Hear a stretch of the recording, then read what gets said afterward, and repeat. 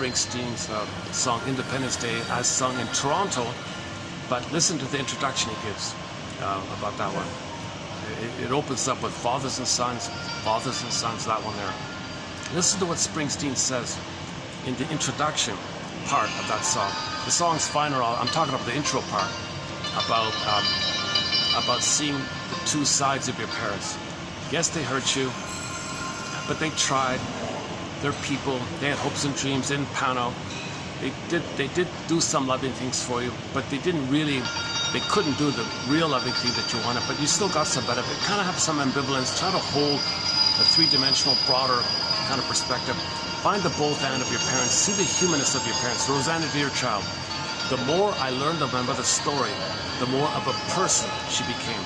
So once you see your mother as a person, not a monster, a demon, or a goddess or a demon, not a minotaur or goddess, okay, once you see your mother as a person, okay, so the more you learn her story, the more of a person she becomes. The more you can see your mother as a wounded person, okay, a frightened, scared, traumatized baby, screaming, frozen in an adult body, terrorized like this, feels entitled and rage, has excuses and developed coping strategies, unaware of it, in denial, okay, and has patterns repeating. She never had a chance to reflect on herself, and she's just in a compulsion or something to repeat the disappointment on her, but she treats others the way she was treated in her attempt to know the story that she was mistreated, so she mistreats the child in an attempt to remember that she was mistreated. She doesn't know that she's doing it, so she's in a compulsion to find her story, but she never fully did it. So you got to see your mother in this conflicted kind of mold as a wounded person in a conflicted modality.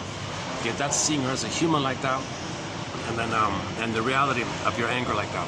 Then maybe it parts. Then now you can move forward. The minotaur poofs away, and you can go on with your journey kind of thing. And that's the key one. If you get, that's the kind of like the core one. If you get past that one, the rest is smoother sailing, I guess. And then finally, okay, Theseus got the mind of a person in that fairy tale. Okay, when we say that Theseus married the princess, that means the person with that psyche, with this dream like that, with this myth within, the myth within the mind. Okay, what the part of you that marries the princess, that means the person with that psyche is going to be embodied. You're going to be embodied.